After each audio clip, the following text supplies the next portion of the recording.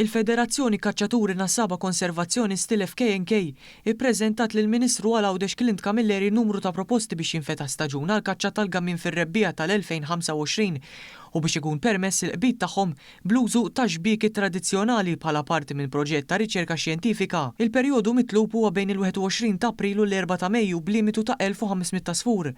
Minkejja it-telfit legali repetuti li soffrit f'Qorti Ewropea referendum u mandat inibizzjoni bejn l-2009 l-2024, BirdLife Malta ppreżentat mandat ieħor biex timblokka d-diskussjoni dwar il-ftuħ tal-istaġun. L-FKNK kritikat din il-mossa u resqet il-proposti tagħha direttament lill-Ministru li fih għandha fiduċja sħiħa peress li d-deċiżjoni finali tinsab f'idejh.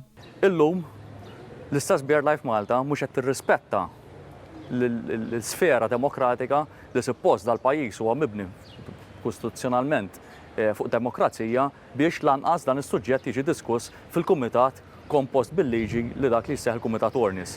Biex bekk aħna qed nuru li fl-aħħar mill-aħħar li proposti jekk ħadd ieħor ma rridx jirrispetta l-sfera demokratika, l-mekkaniżmu demokratiku, aħna ħanibqgħu għaddejjin u żgur li ħanibqgħu nkunu ta' targa għall-membri tagħna